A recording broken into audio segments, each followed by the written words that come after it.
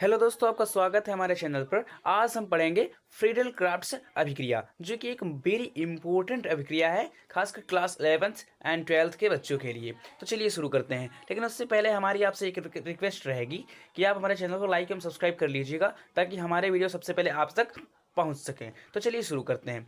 Friedel crafts अभिक्रिया में क्या होता है? वह अभिक्रिया जिसमें कोई बेंजीन या अन्य एरोमेटिक कंपाउंड, बेंजीन क्या होता है? एरोमेटिक कंपाउंड होता है। यह अभिक्रिया एरोमेटिक कंपाउंड से ही होती है।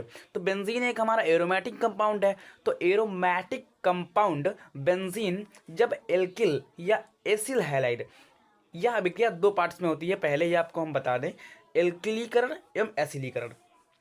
तो जब कोई एरोमेटिक कंपाउंड किसी एल्किल या एसिल हैलाइड, एल्किल हैलाइड जैसे कि उदाहरण के लिए CH3Cl, और एसिल हैलाइड जैसे कि acetyl chloride CH3COCl, alkyl alkyl या एसिल हैलाइड से कोई लुईस अम्ल की उपस्थिति में अभिक्रिया करता है। लुईस अम्ल हमारा जैसे कि यहाँ पर एल्युमिनियम क्लोराइड हो गया, AlCl3।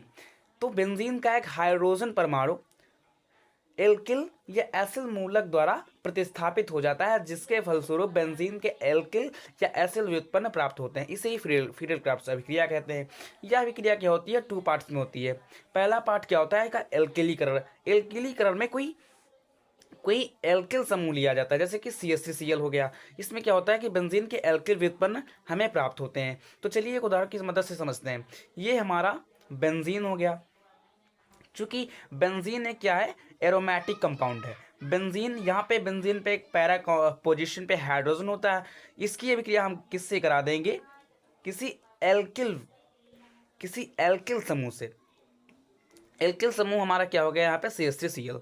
और यहाँ पे प्रेजेंस किसकी होती है? किसी लुईस अम्ल। लुईस अम्ल जैसे कि अन्य लुईस अम्ल भी हो सकते हैं। हमने यहाँ पर AlCl3 यहाँ पे प्रेजेंस में लिया है इसमें। और चलिए शुरू करते हैं इसको। इसमें उदाहरण में क्या होता है? कार्बन की कंपैरिजन में क्लोरीन की जो इलेक्ट्रोनेगेटिविटी होती है वो अधिक होती है। तो क्लोरीन अपना इलेक्ट्रॉन अपनी तरफ खींचेगा, यहाँ पे माइनस उपस्थित हो जाएगा। जब यहाँ पे माइनस होगा तो कार्बन पे प्लस हो जाएगा। बेंजीन पे यहाँ पे कार्बन होता है, तो कार्बन की इलेक्ट्रोनेगेटिविटी हाइड्रोजन की कंपैरिजन में अधिक होती है। तो कार्बन के पे क्या हो जाएगा? माइनस हो जाएगा। जब ये अपना इलेक्ट्रॉन खींचेगा, तो जब ये अपना इलेक्ट्रॉन ले लेगा तो हाइड्रोजन पे प्लस हो जाएगा।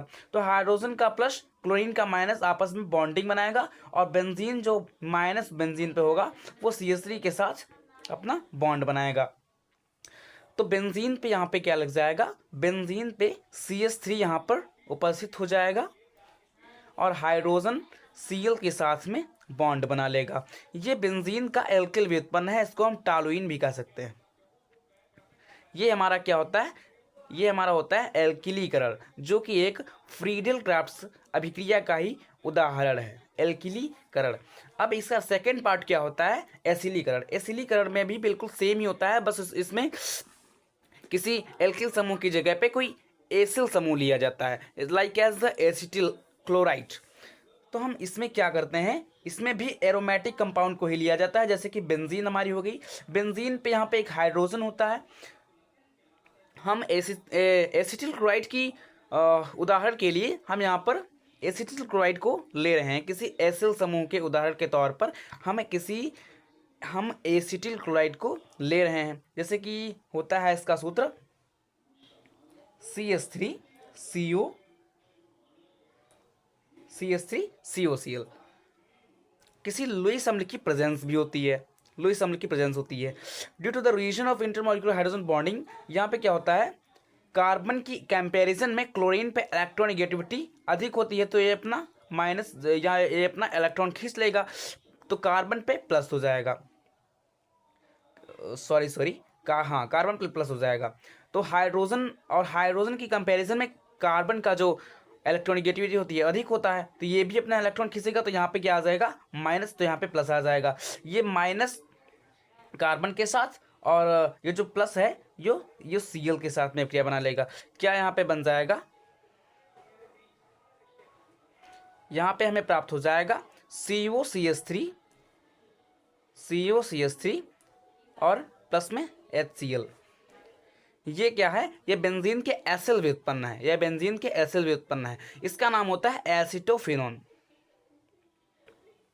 इसका नाम होता है एसिटोफिनोन।